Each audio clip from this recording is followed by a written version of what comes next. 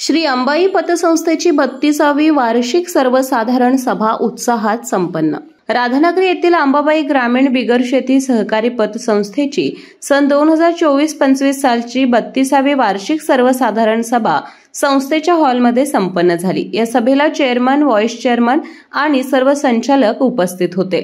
संस्थेमधील असणाऱ्या ठेवीदारांनी आणि पेगमीधारकांनी या संस्थेमध्ये मोठ्या रकमेच्या ठेवी देऊन संस्थेच्या आर्थिक व्यवहारांमध्ये मोलाचं सहकार्य केलंय। अंबाई पतसंस्था राधानगरी 32वी वार्षिक सभा आज रोजी संपन्न झाली आहे। संस्थेचे अध्यक्ष सुषमा तायटे वहिनी अध्यक्षांनी होत्या। संस्थेचे ज्येष्ठ संचालक काळे बापू यांनी प्रस्तावना केलेली आहे।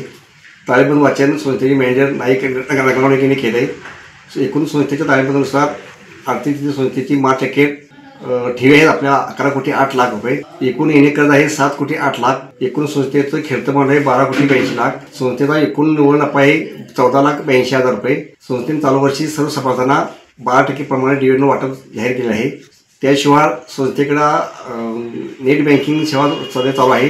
त्याद्वारे आपल्या संस्थेकडून पिगमी गोळा केली जाते।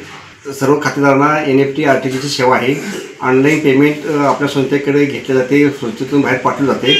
तरी सर्व खातेदारांना विनंती आहे की याचा आपण ह्या सेवेचा लाभ घ्यावा आणि संस्थेकडे अधिक व्यवहार वाढण्याची संधी आम्हाला द्यावी। अशा ठेवीदारांना संस्थेच्या वतीनं भेटवस्तू देऊन त्यांचा सन्मानपूर्वक सत्कार करण्यात आला।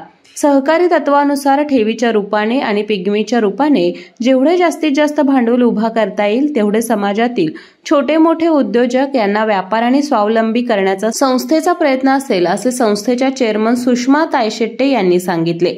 मागील 5 वर्षाचा प्रगतीचा तक्ता या सभेच्या निमित्ताने वाचण्यात आला।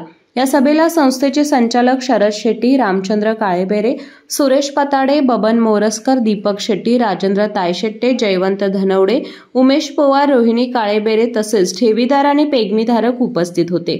सभेचे प्रास्ताविक ज्येष्ठ संचालक रामचंद्र काळेबेरे तसेच ताळेबंद वाचन मॅनेजर रंगराव नाईक तर आभार संचालक दीपक शेट्टी यांनी मानले। केके न्यूज साठी राधानगरीहून मिलिंद कांबळे।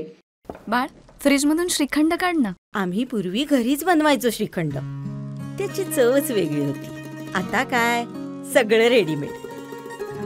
आजी, हे श्रीखंड खाऊन बघ। आज तुझ्या आईनं घरीच बनवलं की काय? हे आहे गोकुळचं श्रीखंड। अगदी जिभेवर रेंगाळणार। जिभेवरच नाही तर मनावरही रेंगाळणार। गोकुळ श्रीखंड, मनावर रेंगाळणार।